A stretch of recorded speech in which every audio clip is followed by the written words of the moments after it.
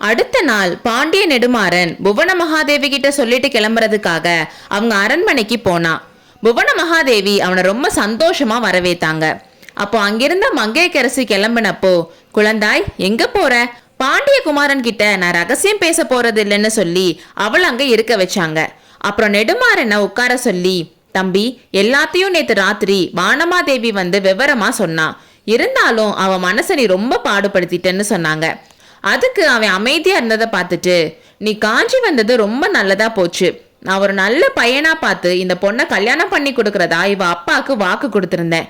அந்த விஷயத்துல என்னை ரொம்ப மெனக்கெட விடாம நீங்களே முடிவு பண்ணிட்டீங்கன்னு புவன மகாதேவி சொன்னாங்க. அம்மா, அப்படி சொல்ல வேணாம். உங்க தத்து பொண்ணோட விஷயத்துல உங்க பொறுப்பு இன்னும் முடியல. நீங்க மெனக்கடை இன்னும் நிறைய இருக்கு. கொஞ்சம் மங்கையரசியை கேட்டுக்கோங்க. அவ என்ன கல்யாணம் பண்ணி உங்க பொறுப்பை தீர்த்து வைக்க போறாளான்னு சொன்னான். இப்படி நெடுமாறன் சொன்னதும், அவளை என்ன புதுசா கேட்கணும், அவ ஏற்கனவே என்கிட்ட எல்லாம் சொல்லிட்டான்னு சொல்லிக்கிட்டே மங்கையரசிய பார்த்தாங்க. அவ கண்கள்ல கண்ணீரோட நிக்கிறத பார்த்துட்டு, குழந்தாய் என்ன இது, அதுக்குள்ள ஏதாச்சும் சண்டை போட்டுக்கிட்டீங்களான்னு நெடுமாறனை பார்த்து கேட்டாங்க. சாதாரண சண்டை இல்லையம்மா, பெரிய யுத்தம். வாதாபி யுத்தத்துக்கு நான் போகலன்னு இங்கேயே யுத்தம் ஆரம்பிச்சாச்சு.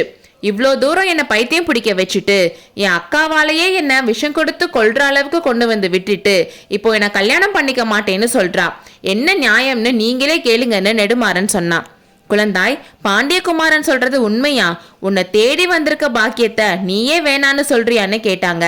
மங்கையரசி அழுதுகிட்டே, அம்மா, இவருக்கு நான் என் மனசை பறி கொடுத்தப்போ இவர் சமணர்னு எனக்கு தெரியாதுன்னு சொன்னான். இதை கேட்டதோ நெடுமாறனுக்கு ரொம்ப கவலை ஆயிருச்சு. புவன மகாதேவி அவனை பார்த்து, தம்பி, இவ சைவர் குலத்துல பிறந்தவ.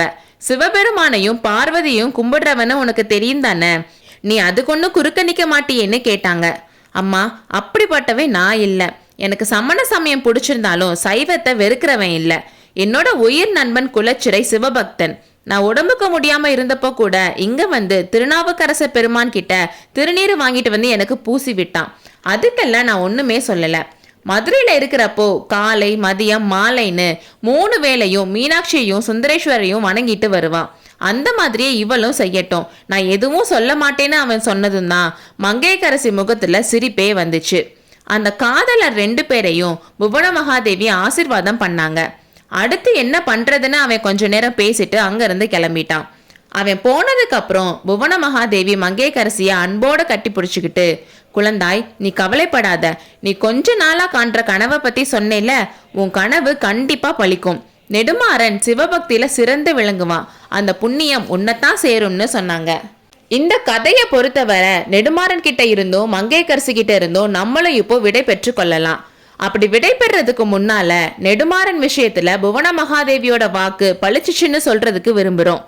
பிற்காலத்துல நெடுமாறன் ஸ்ரீ சம்பந்த பெருமானோட அருளால சிறந்த சிவபக்தன் ஆனா. யுத்தம் பத்தின அவனோட சிந்தனையும் மாறுச்சு.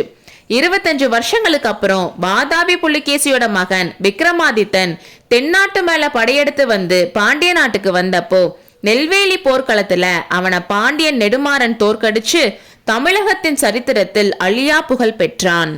அடுத்த அத்தியாயத்தில் சந்திப்போம்.